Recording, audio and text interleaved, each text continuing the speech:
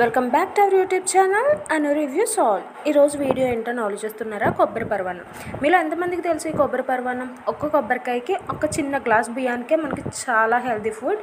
ఇదైతే చిన్న గ్లాస్తో బియ్యం అయితే నానపెట్టుకోవడానికి నేనైతే నానపెట్టుకుని పక్కన పెట్టుకుంటున్నాను.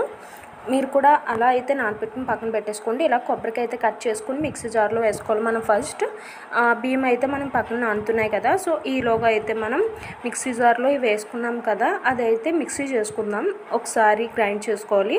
గ్రైండ్ చేసుకున్న తర్వాత వెంటనే మనం ఆ బియ్యం నానిని ఉంటాయి కదా, అవైతే ఈ కొబ్బరిలో వేసుకుని మనమైతే థిక్ పేస్ట్లా చేసుకోవాలి. అంటే కొంచెం పలుచగా ఉన్నా పర్లేదు, ఎందుకంటే మనకి నెక్స్ట్ ఉడుకుతుంది కదా మనం పొయ్యి మీద పెట్టినప్పుడు. సో అలా అయితే ప్రాసెస్ చేసుకోండి. నెక్స్ట్ అయితే ఒక ప్యానం పెట్టుకొని పొయ్యి మీద ఇది ఆడింది ఉంటుంది కదా, అదైతే మనం అయితే అది వేసేసుకుని వాటర్ అయితే యాడ్ చేసుకోండి గైస్, ఎందుకంటే ఇది చాలా థిక్ పేస్ట్లా ఉంటుంది. సో మనమైతే పలుచగా చేసుకుంటే అదైతే దగ్గరికి అయిపోద్ది. సో అందుకని చెప్పేసి నేను ఇదైతే ఇలా చెప్తున్నాను.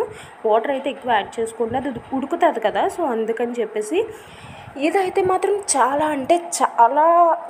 అంటే హెల్తీ ఫుడ్. నేనైతే చెప్తున్నాను కదా, చాలా అంటే చాలా హెల్తీ. పిల్లలు కూడా చాలా ఇష్టంగా తింటారు. మీరైతే ఒకసారి ట్రై చేయండి. బెల్లం అయితే నేను ఒక 1/2 కేజీ తీసుకున్నాను.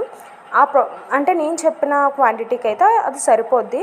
1/2 కేజీ బెల్లాన్ని అయితే నేను వేసేసుకుంటున్నాను. వేసేసుకుని అదైతే బాగా దగ్గరికి అవ్వాలి. ఆ బెల్లం అంతా కరిగి పట్టాలి కదా, సో అందుకని చెప్పేసి మనం ముందు ఉడికిన తర్వాతే వేసుకోవాలి గైస్, అది మాత్రం మర్చిపోకండి. అది బియ్యముని కొబ్బరి ఉంటుంది కదా, అది ఉడికిన తర్వాతే వేసుకోవాలి. ఈ ప్రాసెస్ అయితే చాలా ఈజీ, మీరైతే ట్రై చేస్తారని అనుకుంటున్నాను. That's it for today. Thank you guys, love you, subscribe for more videos. Until then, bye bye.